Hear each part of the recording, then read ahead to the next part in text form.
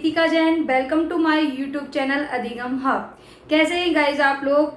I hope आप बहुत अच्छे होंगे, स्टडी भी आपकी बहुत शानदार चल रही होगी। तो आज का जो हमारा टॉपिक है वो है संवेगात्मक बुद्धि यानी इमोशनल इंटेलिजेंस। इसके बारे में आज हम जानेंगे। इससे पहले मैं इंटेलिजेंस यानी बुद्धि के बारे में कई वीडियोस बना चुकी हूँ, जैसे कि डेफिनेशंस, टाइप्स, थ्योरीज और बुद्धि परीक्षण। इनकी काफ़ी सारी वीडियोस बन चुकी हैं, लिंक आपको डिस्क्रिप्शन में मिल जाएगा, जाके उनको जरूर देख लीजिएगा। आज हम ये टॉपिक जानेंगे। उससे पहले मैं एक बात बोलना चाहूँगी कि प्लीज़ चैनल को सब्सक्राइब कर लीजिए, ताकि जब भी कोई नया वीडियो बने तो आपको पता चल जाएगा। आइए स्टार्ट करते हैं बिना देर किए। तो देखिए, जैसे कि संवेग, संवेग को हम क्या बोलते हैं? इमोशंस। इंग्लिश संवेग का जो इंग्लिश रूपांतरण है वो क्या है? इमोशन। अब बात आती है जो इमोशन शब्द है, इमोशनल या फिर कह सकते हैं इमोशंस। इमोशंस शब्द क्या होता है? एक तरीके से संवेग। तो ये जो इमोशन शब्द है ये एक लैटिन भाषा या लैटिन लैंग्वेज के एक शब्द इमोवेयर से ये बना है। इमोशन या इमोशनल वर्ड जो कहाँ से निकला है? लैटिन लैंग्वेज के इमोवेयर शब्द से। अब बात आती है कि इमोवेयर का मतलब क्या होता है? इसका मतलब होता है उत्तेजित दशा।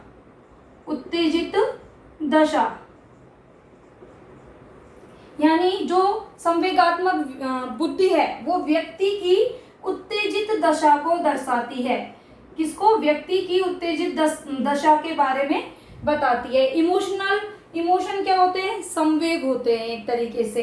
अब देखिए, जो ये संवेग है, इमोशंस है, ये जो संवेग है वो कितने प्रकार के होते हैं? ये जो होते हैं वो होते हैं 2 टाइप्स के। एक तो होता है क्या? सकारात्मक, और दूसरे होते हैं नकारात्मक। कैसे? सकारात्मक और नकारात्मक। सकारात्मक संवेग कैसे होते हैं? वैसे संवेग जिनसे हमें सुख मिलता हो, यानी ये एक तरीके से कैसे होते हैं? सुखद होते हैं, जिनसे हमें सुख की प्राप्ति होती हो वो होते हैं सकारात्मक संवेग। और जिनसे हमें दुख होता हो, एक तरीके से नकारात्मक संवेग होते हैं दुखद। और जिससे हमें दुख होता हो वो होंगे कैसे? नकारात्मक संवेग। अब देखिए, सुखद कैसे? जैसे कि स्नेह हुआ, प्रेम हुआ, तो ये कैसे संवेग होंगे? सकारात्मक। और भय हो गया, क्रोध हो गया, तो वो कैसे होंगे? नकारात्मक संवेग। ये जो संवेग होते हैं वो कैसे होते हैं? देखिए, संवेग जन्मजात होते हैं। कैसे होते हैं? जन्मजात होते हैं। और फिर धीरे धीरे, एक तो ये होते हैं जन्मजात, और फिर धीरे धीरे ये क्या है? विकसित होते रहते हैं। क्योंकि जब जन्म होता है तो एक साथ सारे संवेग तो आ नहीं जाएंगे, तो फिर क्या होगा? कुछ तो जन्मजात आते हैं और फिर धीरे धीरे वो विकसित होते रहते हैं। उम्र बढ़ने के साथ साथ धीरे धीरे इनका विकास होता रहता है। अब हम बात करें कि संवेगात्मक बुद्धि होती क्या है। संवेगात्मक बुद्धि के जरिए क्या होता है? तो देखिए, संवेगात्मक यानी इमोशंस के जरिए क्या है? संवेगात्मक बुद्धि के जरिए हम भावनाओं को, एक दूसरे के विचारों को जान सकते हैं, अपनी भावनाओं को नियंत्रित कर सकते हैं।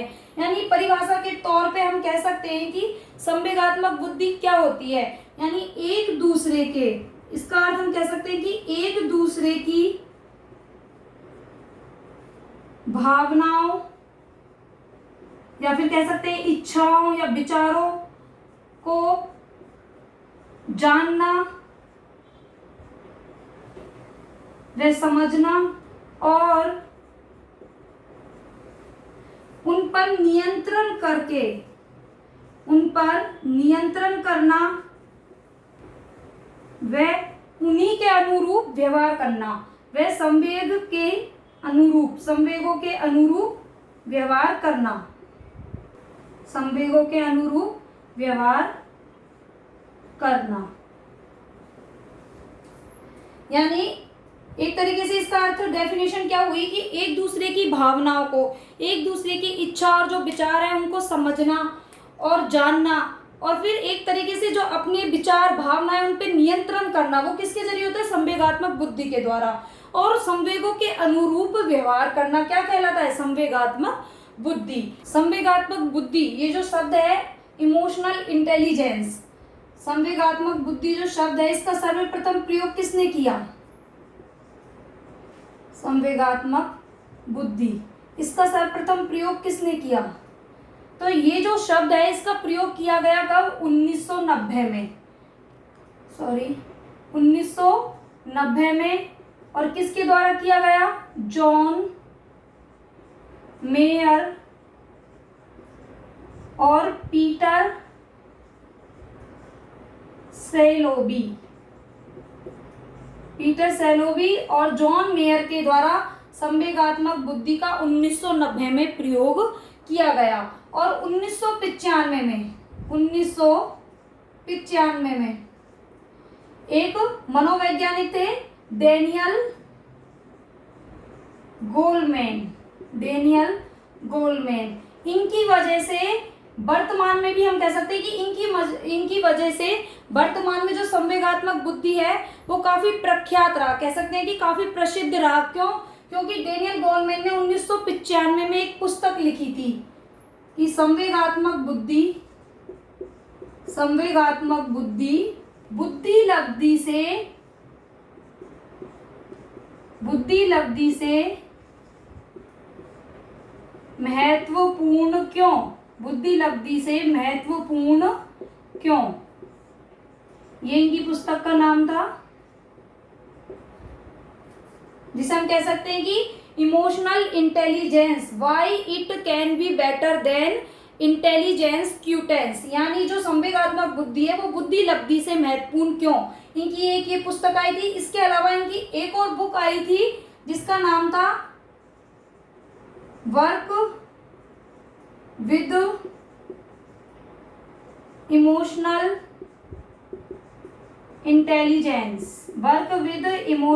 इंटेलिजेंस। ये इनकी दूसरी बुक थी। ये जो बुक थी वो कब आई? 1995 में। 1995 में एक ये बुक आई थी, संवेगात्मक बुद्धि बुद्धि लब्धि से महत्वपूर्ण क्यों। और एक दूसरी बुक थी वर्क विद इमोशनल इंटेलिजेंस। अब बात आती है कि कुछ एक विद्वान जिन्होंने संवेगात्मक बुद्धि के बारे में बताया, जैसे कि वॉटसन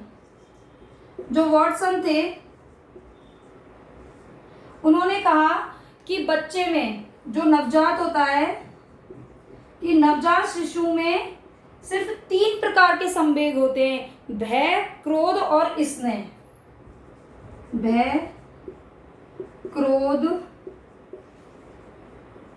व स्नेह 3 प्रकार के संवेग पाए जाते हैं। जो वॉटसन थे उन्होंने कहा कि नवजात शिशु में केवल भय, क्रोध और स्नेह नाम के आदि नामक संवेग पाए जाते हैं। फिर एक दूसरे विद्वान आते हैं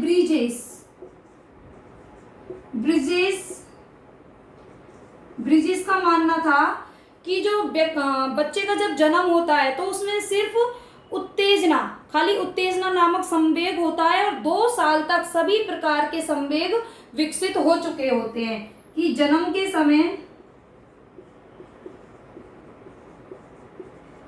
समय बच्चे में उत्तेजना नामक संवेग होता है। उत्तेजना नामक संवेग होता है। वह 2 वर्ष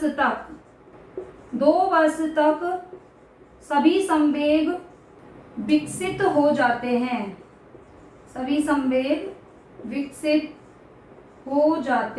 हैं। यानी वॉटसन ने कहा कि जब नवजात जो बालक होता है, यानी जब बच्चे का जन्म होता है तो उसमें 3 संवेग होते हैं, भय, क्रोध व स्नेह। लेकिन जो ब्रिजेस नाम के विद्वान थे उन्होंने कहा कि जन्म के समय केवल बच्चे में उत्तेजना नामक संवेग होता है और 2 वर्ष तक सभी संवेग बच्चे में विकसित हो चुके होते हैं। बात आती है कि जो संवेगात्मक बुद्धि है वो महिलाओं में अधिक पाई जाती है। किनमें? महिलाओं में संवेगात्मक बुद्धि पुरुषों की अपेक्षा अधिक पाई जाती है। महिलाओं में जो बुद्धि होती है वो अधिक पाई जाती है, क्योंकि आपने देखा भी होगा कि जो महिलाएं होती है वो थोड़ी भावुक होती हैं, थोड़ी उनमें इमोशंस लेवल ज़्यादा होते हैं, छोटी छोटी बातों पे उनको रोना आ जाता है, मतलब वो भावुक हो जाती हैं जल्दी। तो जो संवेगात्मक बुद्धि है वो पुरुषों की अपेक्षा महिलाओं में अधिक पाई जाती है। फिर बात आती है कि जो गोलमैन है उन्होंने जो परिभाषा दी संवेगात्मक बुद्धि को लेकर वो क्या थी। उनका मानना था कि एक दूसरे की भावनाओं को जानना। किसके द्वारा? संवेगात्मक बुद्धि एक दूसरे की भावनाओं को जानना और अपने संवेगों का उचित प्रबंधन करना क्या कहलाता है? संवेगात्मक बुद्धि। इसे मैं यहाँ लिख देती हूँ कि गोलमैन के अनुसार एक दूसरे की भावनाओं को जानना या फिर एक दूसरे के विचार भावनाएं जो होती है उनको जानना, व संवेगों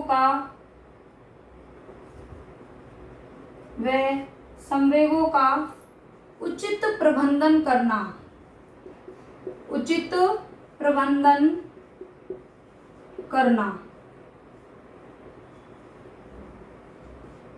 उचित प्रबंधन करना संवेगात्मक बुद्धि कहलाता है। संवेगात्मक यानी एक दूसरे की भावनाओं का जानना और जो अपने इमोशंस है उनका उचित प्रबंधन करना। प्रबंधन क्या होता है? एक तरीके से उनका उचित रूप से उनको नियंत्रण करना और उसी के अकॉर्डिंग कार्य करना, वो कहलाता है प्रबंधन। तो उसे कहा गया संवेगात्मक बुद्धि, किनके अनुसार? गोलमैन के अनुसार।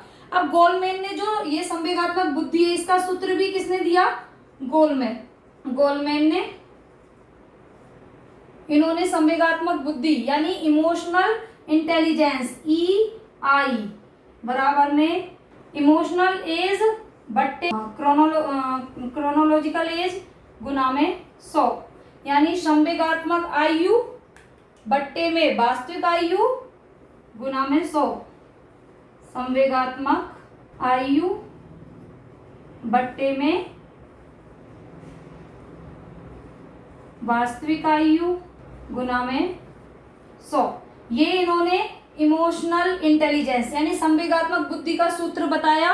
क्या? संवेगात्मक आयु बट्टे में वास्तविक आयु गुना में 100। किसके द्वारा दिया गया था? ये सूत्र बताया गया गोलमैन के द्वारा।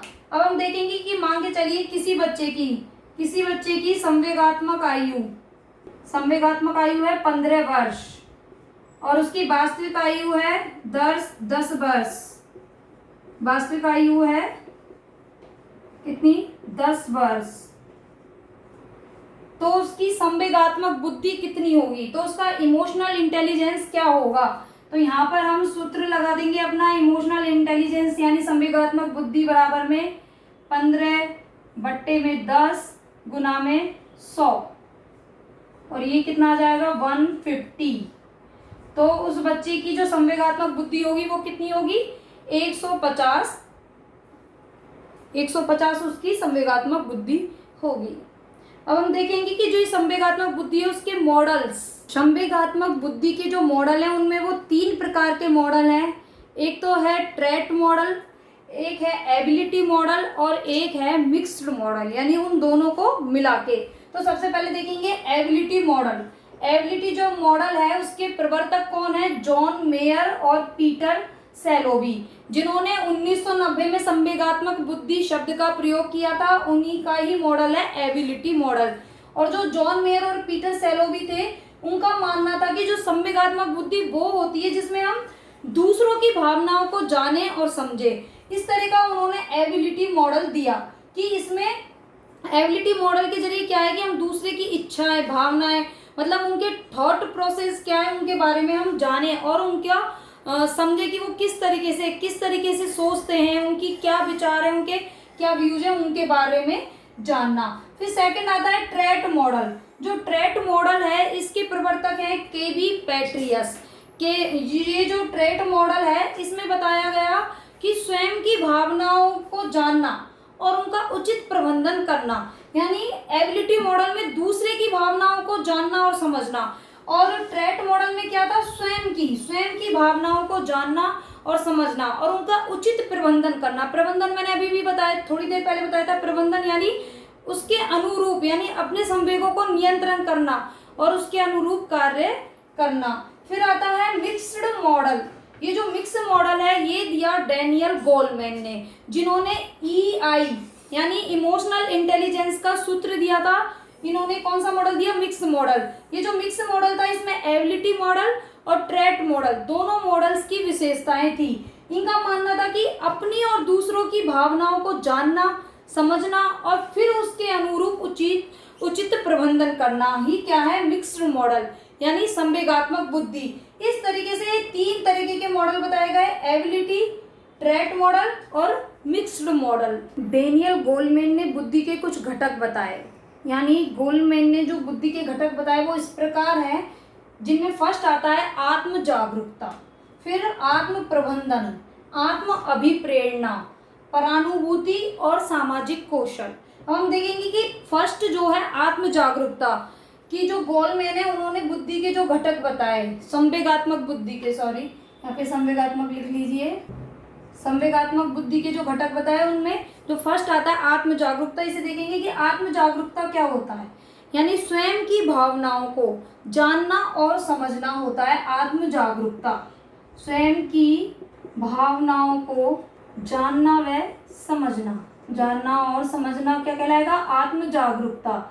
जैसे कि इसमें लिखा भी हुआ है आत्म, आत्म क्या होती है, आत्मा, यानी स्वयं, स्वयं की, इसे हम आत्म जागरूकता की जगह ये भी कह सकते हैं स्व जागरूकता, यानी स्वयं की भावनाओं को जानना और समझना, अपनी आत्मा की भावनाओं को जानना समझना, इस तरीके से हम याद कर सकते हैं, तो वो होगी आत्म जागरूकता।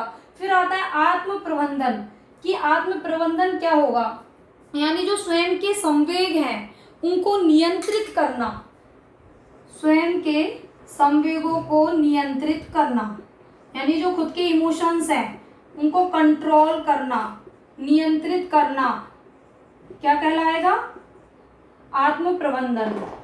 फिर थर्ड आता है आत्म अभिप्रेरणा।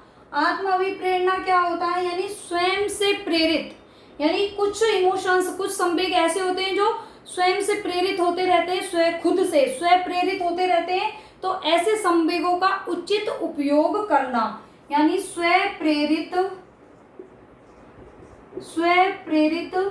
संवेगों का उचित उपयोग करना, स्व प्रेरित संवेगों का उचित उपयोग करना, क्या कहलाएगा हमारा, आत्म अभिप्रेरणा, आत्म अभिप्रेरणा। अब देखिए हम इसे किस तरीके से याद रख सकते हैं कि जो 3 उन्होंने दिए, 3 जो घटक बताए उसमें क्या था, आत्म जागरूकता, आत्म प्रबंधन, आत्म अभिप्रेरणा, यानी स्वयं से संबंधित, कि स्वयं की भावनाओं को जानना, जागरूकता, प्रबंधन स्वयं के जो संवेग है उनको नियंत्रित करना, आत्म अभिप्रेरणा यानी स्वयं के जो स्वप्रेरित संवेग है उनका उचित अनुपयोग करना। अब आती है परानुभूति, ये जो है वो है दूसरों से संबंधित, क्योंकि गोलमैन की जो परिभाषा थी उसमें क्या था, स्वयं के अलावा अन्यों की भावनाओं को जानना समझना और उनका उचित प्रबंधन करना। तो यही जब अब ये तो आ गए स्वयं से संबंधित, अभी आएंगे अन्य लोगों से संबंधित, परानुभूति। देखिए अगर हम इसका संधि विच्छेद करें परानुभूति, तो पर प्लस में अनुभूति। अनुभूति क्या होती है, यानी किसी की विचार, किसी को महसूस करना एक तरीके से, पर यानी दूसरे को, यानी अन्य लोगों या फिर कह सकते हैं दूसरे लोगों की या दूसरों की भावनाओं को जानना व महसूस करना, क्या कहलाएगा, परानुभूति। फिर अब आते हैं सामाजिक कौशल। सामाजिक कौशल क्या होगा, यानी समाज में रहकर हम क्या करते हैं कि दूसरों की बातों को जानते हैं, उनकी भावनाओं विचारों को समझते हैं। तो इधर क्या आएगा सामाजिक कौशल में, दूसरों की भावनाओं को या फिर कह सकते हैं दूसरों के विचारों को सुनना व उनके अनुरूप, जो उनकी भावना है विचार है उनके अनुरूप प्रतिक्रिया व्यक्त करना, उनकी भावना और विचारों के अनुरूप प्रतिक्रिया व्यक्त करना।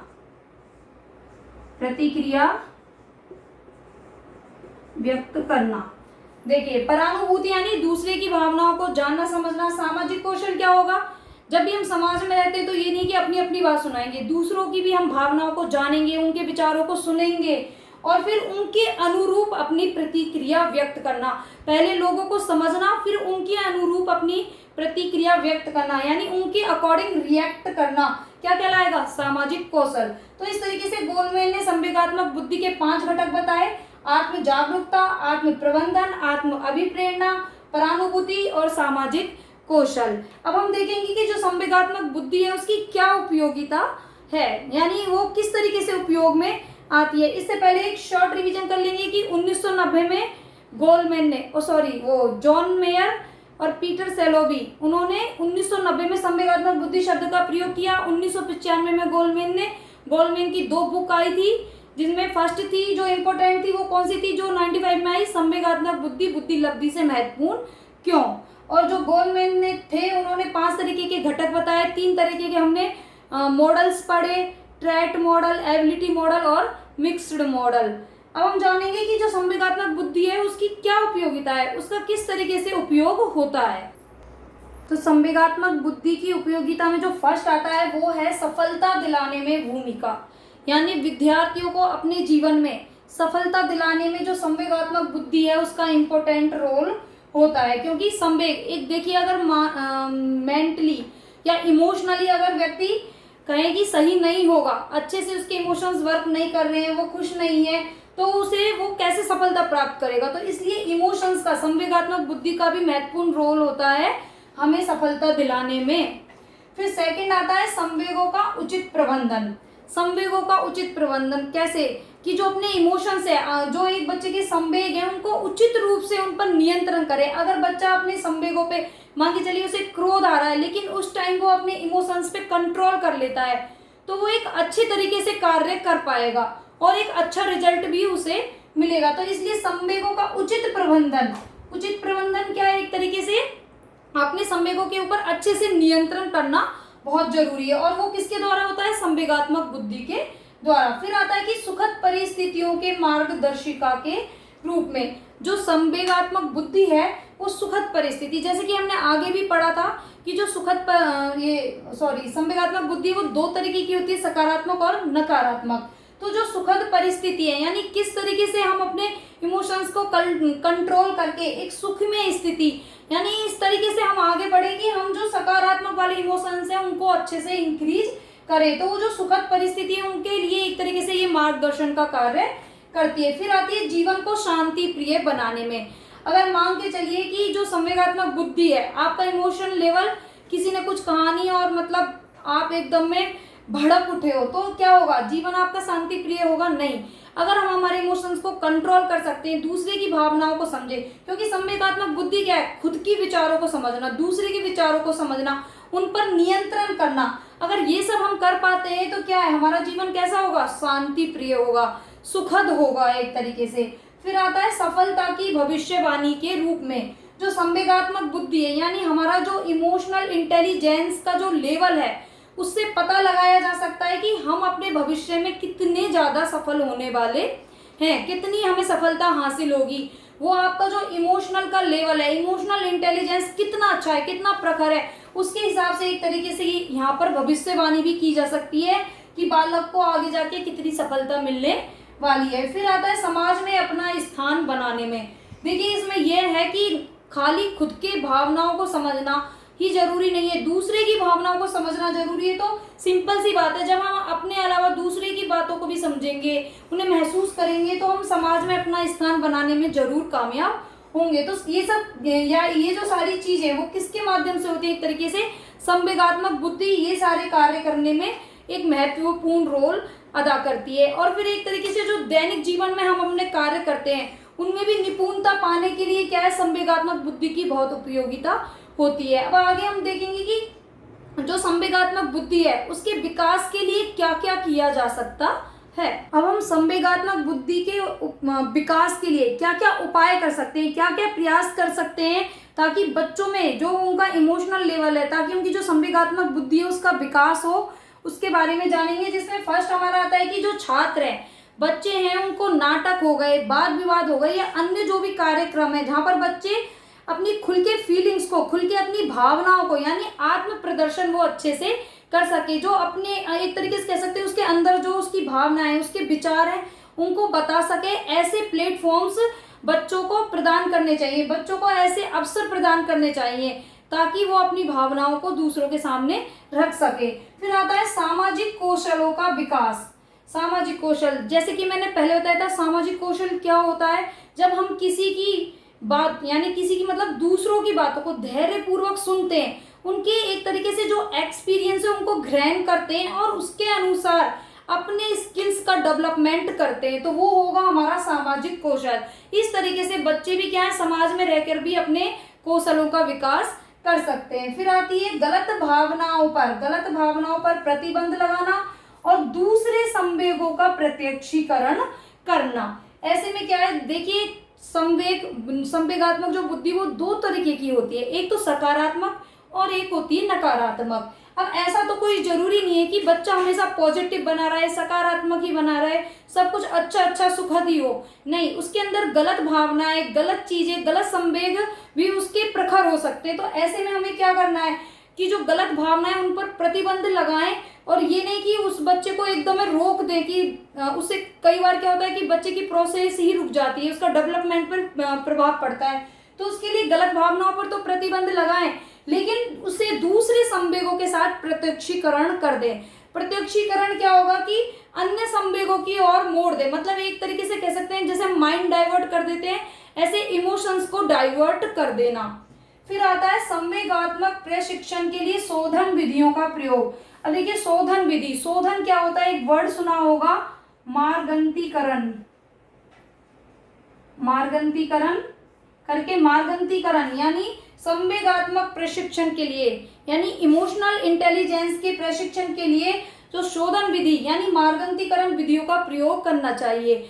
मार्गंतीकरण क्या होता है कि अगर बच्चा गलत दिशा में जा रहा है तो उधर क्या करें, बच्चे को उस दिशा से मोड़कर, मतलब एक तरीके से कह सकते हैं कि बच्चे को पता भी ना चले और उसके इमोशंस को हम एक तरीके से डाइवर्ट कर दें। शोधन, मार्गंतीकरण यानी उसका मार्ग बदलना, एक तरीके से नेगेटिव टू पॉजिटिव लेकर आना, किसके जरिए, संवेगात्मक बुद्धि के द्वारा। यानी संवेगात्मक बुद्धि के विकास के लिए हम बच्चे को गलत चीजों से सही चीजों की, पॉजिटिव चीजों की ओर अग्रसर कर दें। अपने संवेगों को उद्देश्य प्राप्ति के लिए अच्छे प्रेरक के रूप में, एक तरीके से मोटिव यानी हमारे जो संवेग है, इमोशंस है, उनको हम अपने उद्देश्य प्राप्ति के लिए एम को, जो हमारा टारगेट है, एम है, उसके अचीव करने के लिए हम क्या करें, अपने इमोशंस को एक प्रेरक के रूप में, मोटिवेटर के रूप में उनका यूज करें। तो इससे भी क्या होगा, बच्चे का जो सांवेगिक विकास है वो भी बहुत अच्छे से होगा और फिर वो अपने इमोशंस का सही यूज करके अपने टारगेट को अचीवमेंट में लगा देगा। फिर आता है आदर्श मॉडल का प्रस्तुतिकरण, यानी आदर्श मॉडल के रूप में प्रस्तुत करके बच्चों का संवेगात्मक विकास करना, यानी कोई भी आदर्श मॉडल के रूप में हम उनको प्रस्तुत करवा के उनका जो संवेगात्मक विकास है, यानी उनके जो इमोशंस हैं उनको चेंज कर सकते हैं। जैसे कि हम अगर बच्चों को अच्छी कहानियां सुनाएंगे तो उनके इमोशंस भी अच्छे ही होंगे, यानी एक तरीके से आदर्श वाली चीजें है, जो आदर्श मॉडल हैं उनको पेश करके बच्चों का संवेगात्मक विकास को डेवलपमेंट, उनका संवेगात्मक विकास करना। तो इस तरीके से आज हमने हमारा जो इंटेलिजेंस से रिलेटेड सारे टॉपिक खत्म हो गए हैं। हमने डेफिनेशन, टाइप्स, उसके थ्योरीज पढ़ी, फिर हमने बुद्धि परीक्षण के बारे में जाना, बुद्धि लब्धि के बारे में जाना और आज हमने संवेगात्मक बुद्धि के बारे में जाना। इस तरीके से जो इंटेलिजेंस का पूरा चैप्टर आज हमारा फिनिश हो गया है और आई होप आपके डाउट क्लियर हो गए होंगे। तो so please guys like, share and subscribe and press the bell icon, ताकि ज़्यादा से ज़्यादा क्या होगा कि लोगों तक वीडियो जाएगी तो एक हमें भी एक अच्छा लगता है और फिर कुछ ना कुछ कमेंट जरूर कर जाए अगर आपको वीडियो पसंद आए। पूरे वीडियो में कहीं भी नहीं बोलती हूँ कि लाइक करें, शेयर करें, लेकिन लास्ट में बोलती हूँ तो प्लीज़ ज़रूर करें ताकि एक फीडबैक मिलता रहे। Thank you.